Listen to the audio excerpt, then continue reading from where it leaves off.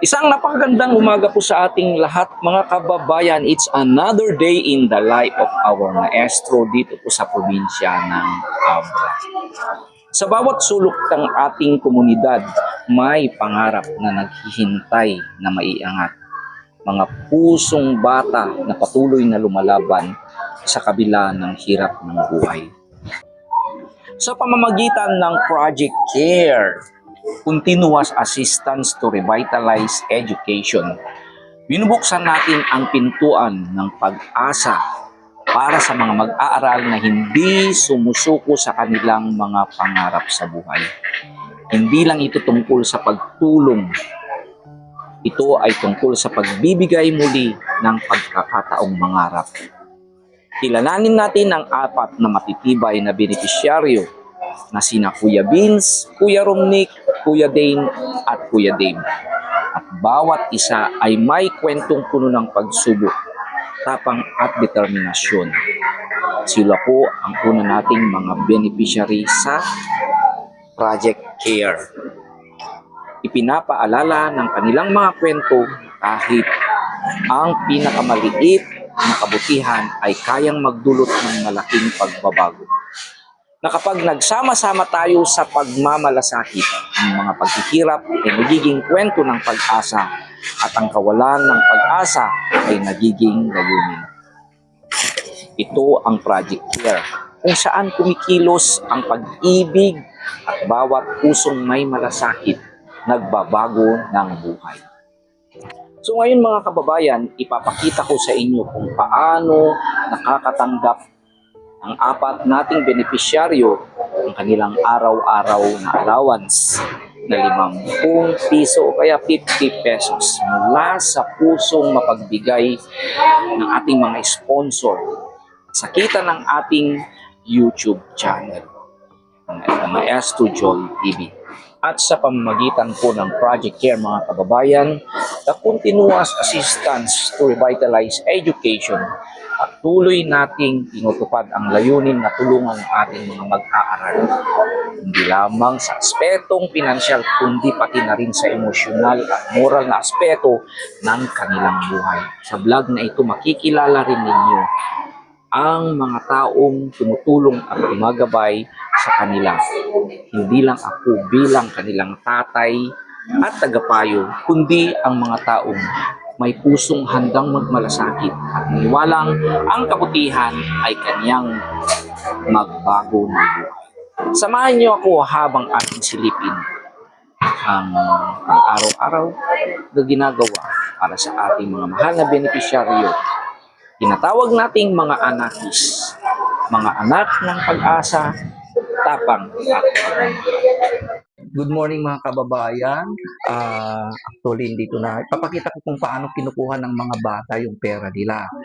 Okay, dito ng mga anakis natin, si Bin, o si Dindin. Okay, good morning.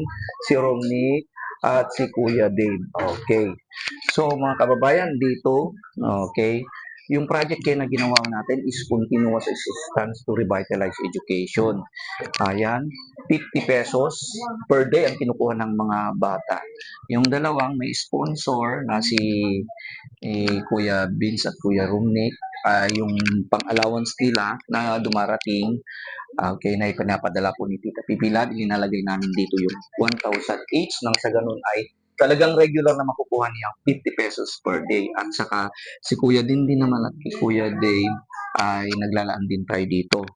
Okay, kung may dumating po na ibang grasya ay nakaano na rin sila dito. Okay, and then also basta sinusuportahan po natin kung ano man ang kakayahan ng ating maestro para matulungan silang lahat. Okay, you can go boys. O dito. So, yan na. 50 pesos each. Okay, you can go boys. Enjoy your day. Ganun po ang setup ng mga bata pagkuha nila ng kanilang pera. Nang sa ganun ay mapalo up natin kung talagang nandito sila lahat. Ipapakita ko sa inyo, andito po. Para transparent po tayo, andito po lahat yung mga record ng mga kinukuha ng bata. Andito. Project Care. Papakita ko, please, ganyan. Ganyan ang pangalan nilang lahat. Diyan, dated lahat yan. Then, may file po sila. Each one of them, mayroon silang folder dito. Please, pasensya po kayo. Yan. Yan. Yan. Profile niya. These. Okay. Yung mga nandito sa school. And hopefully na we are planning to mayroon tayong darating na isa na to be added as member of the project care dito na recipient natin and soon to be na magiging anakis natin. Purpose ko na ginawan ko ng project yan nang sa ganun ay hindi lang yung everyday na nakikita ko sa bahay ay yung kundi yung ano naman ang nangyari dito sa school. This project care, mayroon kaming project team dito kung saan sila po ang aalalay po sa akin, natitingin sa kanila. Mayroong isang teacher na naka-assign dito sa finance, pero since dalawa pala, but since may meeting po ang PTA kaya wala sila, mayroon ding titingin when it comes to their discipline sa bahay, Teacher Jean. Sa guidance, meron. And then, sa spiritual, si Teacher G. Kasi kasama nila sa church, nang sa ganun ay wholesome po o dato ang makikita ang pag-ano na natin. Hindi lang yung baga mga anakis sila na bibigyan mo na lang ng pera, ganun na actually yung nung sa ganun ay we have to see to it na talagang well taken care po ang pag-aaral nila. At hindi natin sila sinasanay sa malalaking pera dahil alam naman natin na pag malaki ang pera ng mga bata ay maaari silang magkaroon ng temptation o kaya mawala ng landas. Though, pinapakita po natin sa vlog natin ang mga nanggagaling sa mga sponsors. And aside from that, may mga additional din na binibigay natin na off-cam sometimes, mga materials nila, binibigay na natin na kompleto. Kaya walang problema ang mga magulang nila sa kanilang pag-aaral dahil talagang tinitingnan natin. I'm so happy and more inspired na talagang gawin ito. I'm really determined na gawin ito until such time na makatapos sila. At saka, mayroon din kaming ginawa dito na agreement dito. Sa project na ito, mayroon silang agreement na pinirmahan ito. School commitment, mayroon silang school commitment, ano naman ang gagawin ng school, yan, provide monthly financial allowance to learner either to sponsorship or Maestro John TV. But actually, split po ang pagbibigay natin ng allowance nila. Sina Kuya Dave at Kuya Vince ay nanggagaling po sa kita natin sa channel at personal po natin. At kung may darating pong extra na bibigay ko ng mga sponsor. While Vince and Romnick, yung regular na nanggagaling po sa mga sponsor nila. Which shout out po sa mga sponsors na tumutulong po at sumusuporta kay Romnick, of course, by starting with Tita PB Lab at sa lahat-lahat na po ng mga tumulong ever since na-vlog na po ang dalawang bata. And then also monitor the learners' academic progress, attendance, and overall well-being. Offer counseling, mentorship, and emotional support as needed. Coordinate with donors and stakeholders to sustain the support system and keep up all records confidential with transparency and fairness in all process. Okay? Hindi lang yung mga nai-vlog, nakikita yung transparency way natin, may record din po tayo dito. Okay? And then also, yung student commitments, ano naman ang gagawin nila? Attend school regularly and punctually except in cases of illness or emergencies, maintain satisfactory academic standing and actively participate in class. At least makapasa sila. And then use the allowance wisely and solely for educational related needs. Communicate honestly with the program coordinator about the challenge or concerns, show respect and gratitude to the school sponsors and the project care team, and serve as a positive role model to follow learners demonstrating good behavior, responsibility, and kindness. At ang agreement po dito sa project dito is the agreement shall be valid for 1 academic year subject to periodic review and continuation of support is based on the learner's adherence to the expectation above and availability of program resources. Ayan po, magpipirma po yung mga bata. Ang ginawa natin na model nang sa ganun ay maisaisip nila talaga yung ginagawa natin is very serious thing. Hindi lang i-vlog ko na sila, bibigyan ko na and wala na. So talagang makikita natin sila inside the school and then outside. At saka nakikita nyo naman nakasakasama ko sila. Hindi po natin sila sinasakal pero binibigyan din natin sila ng pagkakataon to enjoy kasi mga kabataan yan. Kung ano man yung mga maaari nating makita sa kanilang changes, of course, kasi nasa teenage life sila, kausapin natin with proper guidance. Okay, kung mga ano natin na kasi naiintindihan ko mayan. Because I do believe na sa mga panahon ngayon na kailangan nilang na kausapin yung mga bata in the right time, in the right place, in the right manner. And also, we have to remember na ang panahon ngayon is different from the time before. Kinakailangan din ang talaga wideness ng pag-iisip ng isang tumitingin sa kanila, pasensya rin. Okay, kaya nga natin tinutulungan sila. Di ba normal yan na siguro may mga lapses sila, magkakamali mga. So maraming salamat po. Antabayanan niyo po ang mga kaganapan sa mga anakis natin. Okay? Thank you very much po. Sir Crisa, isa po siya sa mga tumutulong when it comes to finance kung wala po yung mga kasama ko dito sa faculty. Ma'am, ano pong masasabi mo sa program natin? And maraming salamat for helping us also and guiding. Okay. Si Yung masasabi Teacher ko lang po, Crisa, isa ring content creator sa Facebook. Tabayanan nyo. Sir Ang Jay, gaganda ng mga content niya po. Sir John, Inspiring. Okay, ma'am, anong masasabi mo, ma'am, sa sa program natin? wala, masasabi ko, sir, malaking tulong sa mga bata. Kasi, syempre, napakahirap, maging mahirap. Kaya, thank you, Sir Jun, kasi nandiyan ka para sa kanila. Yun lang po. Okay, maraming salamat, ma'am. Thank you very much for helping. And also, si Teacher Joe rin ay kasama natin kung minsan nagpapaalala sa mga bata dito. Kahit wala ako, nandito si Teacher Joe. Teacher Joe is LG advisor, sir. Yes Ano po. rin siya ng ALS. At saka very active in church. Sir, ano pong masasabi niyo po sa program natin, sir? Dahil isa ka rin sa mga tumutulong sa mga bata, lalo na pag awala ako, sir, dito sa office. Ang masasabi ko po, salamat kay Sir Jun kasi marami siyang natutulungan ng mga bata. Kahit di man niya kamag-anak ang mga ito, pero mayroon siyang silak na puso na tumutulong sa mga kagaya ng mga scholar nito na nagbibigay inspirasyon sa mga bata para ipagpatuloy nila ang kanilang pag-aaral. At salamat kay Sir Jun also dahil sa programa niya, natutulungan niya yung mga bata na mga kapuspalad at nagiging determinado sila sa kanilang pag-aaral. Yun lang po and have a good day. Ayos ka, Sir Joe. Nakakaiyak. Kakatawa ng puso. Yan pang mga mabait nating mga kasama dito sa faculty. Kaya wala kayong problema mga kababayan, mga sponsors. Yan ang sinabi ko talagang isasanla ko ang aking pangalan at kaluluwa para magkaroon lang ng magandang kinabukasan ang mga batang yan. In a nice way po, yung pagsanla ko sa aking pangalan, hindi sa ah, masama. Okay, kaya napakasaya po na nagkaroon po tayo ng project na ganyan. Of course, ipapakita ko rin yung mga iba pang teacher na tumutulong sa kanila. Okay? So, let's see. Hanapin ko yung mga kasama natin. Papakita ko po, siya po si Teacher Je.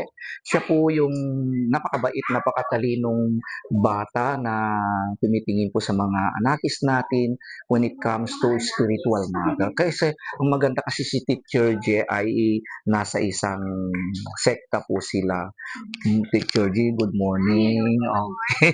Ano pong message niyo po gusto niyo ipaabot sa mga anakis natin when it comes to their spiritual life at sa mga kabataan po natin?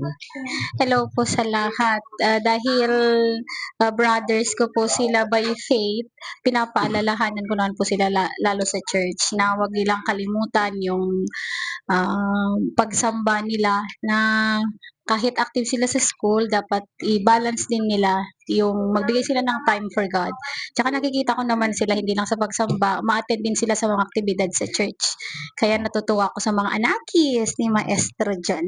Maraming salamat, Teacher G. At saka hindi ako nagkamali sa pagkuha sa'yo. And then promise na I will may give my time also para makasama rin. Okay ba sumama sa sa church niyo, ma'am, as Opo, antabayanan niyo po ang pagsama ko sa mga anak. So, of course, with the help of our very, very, wala akong masabi sa napakabait na teacher natin na si Teacher Jem. Okay. At saka si Teacher Jem, siya yung anonymous noon na nagbigay, nung nag-start na tayo. Nagbigay ng damit, ma'am.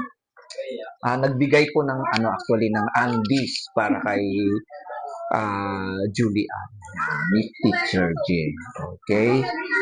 Okay, good morning mga boys. Sa araw na ito, napakaswerte nyo dahil bisita natin si Honorable SK Federated President Uno Franco. Yan, siya ay bumisita dito para makita naman niya yung mga anakis na tinutulungan natin dito sa Western Aba National High School. So, anong sasabihin nyo kay Kuya Uno, mga boys? Okay, anong sasabihin nyo? Anong sasabihin mo, Vince? Thank you sa pagbisita sa amin. Okay, ayan, Okay, anong masasabi mo, Romnick? Thank you po sa pagbisita niyo. Okay, din. Okay, and then also si Dave. Okay, so thank you. So, dinggin natin naman ang message ni Kuya Uno. Sabihin nyo na lang Kuya Uno para maging inspirasyon yung mga kabataan. Okay, makinig kayo mga boys. Dito na lang tayo anyway. Dinggin nyo lang ang message ni Kuya Uno. Okay. So, ano masasabi niya sa good inyo? morning ganyan ading thank you tayo tap na tadati nasisingpet ti nagpuspuso nga mang tultulong kanya tayo naman pa antay nagpapada ti dadto mga estudyante dito at least dalat dati makabirok tayo nga makabirok lagi nasisingpet nga tawo nga mang tulong pa nagbasa tayo so nga naikwak ko ni Sir John dito yun na-raise na pa yung kinya kon so nga garabi dakti tap noon may sana kayo nga leader tas youth kayo pa imot so nga kahit kay nga tulungan nga si kay nga masekturak so nga namnaman nyo mot nga mangi remedyo nak ang kabay nga bagbaga siguro nga tatapay nga mangi remedyo nak tapnon matulungan na kay matlang ti panagbasa yo isupay nga sa gubanit dagiti naganak yung managpabalon kas jay ket no dati method di kakadwami Dakta lang una nga ba nga makatulong kanya diyan. Basta basa kay nga nalaing noon magunod yung gitara pa pitibiyag. Masuklean nyo motiban banog dinaganak yo. Kan may din tumot no makagraduar kayo, makatrabaho kayo. Please makapagsubli kayo tumot tingadan. Iya lang. Si Mr. Ono Franco ay graduate na po siya ng criminology and then board passer na rin siya. Napulkong pa. Napulkong ba? Nag-board pa lang siya. Mag-board. SK Federated President po siya ng munisipyo ng Danglas and supporting all the programs ng mga kabataan dito sa Danglas. Siya po ay graduate dito at napakabait, ehemplo at saka susuporta po sa ating programa. Actually, gumawa kami sa ng Project Care. So, dalawa kasi continuous assistance to revitalize education at maraming salamat po. And then isa sa mga dyan ay matulungan ng mga bata sa kanilang pag-aaral financially. And then at saka marami pang tulong na maaring nila para maabot nila ang kanyang kinabukasan. Through finance, alam natin na ang mga apat na anakis ay lalago pa. Actually, hindi lang sila ang mga tinutulungan natin sa munisipyo natin, mga kabataan. Mayroon din si Rona Sir sa Padangitan. Kuko siya ng education, scholar na po siya, first scholar ng channel natin. Si Kuya LJ ng Kaupasan, isa rin siya. And then si sa Nagaparan, si Julian, at saka yung AJ. So maraming salamat once again, Sir Uno, for coming and supporting our program sa mga kabataan dyan. Baka may gusto pang ipaabot si Kuya Uno ng Tagalog sa inyo. Sa lahat po ng mga kabataan dito sa Pilipinas. Sa lahat ng mga kabataan, magpursige lang kayo sa pag-aaral, hindi lang ang kahirapan. Marami pa rin mabubuting puso dyan na handang tumulong sa atin. Basta pagigihan nyo lang pag-aaral. Maraming salamat. Okay, so ayan po, maraming salamat po. Boys, siguro you enjoy your break now, okay? Ito ang mapakumbabang simula ng Project Care, mga kababayan. Isang munting hakbang na naging daan ng pag-asa para sa ating mga anakis.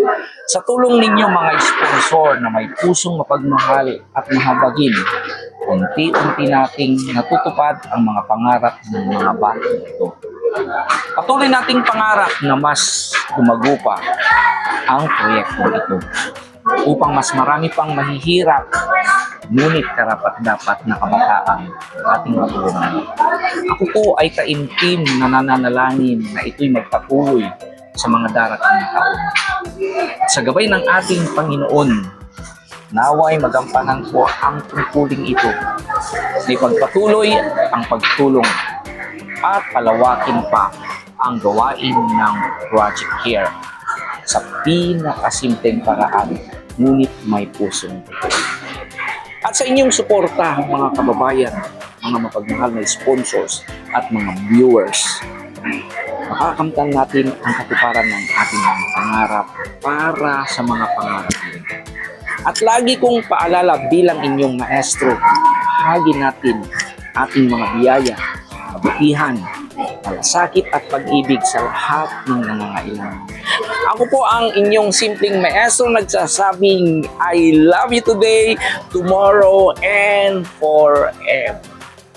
God bless.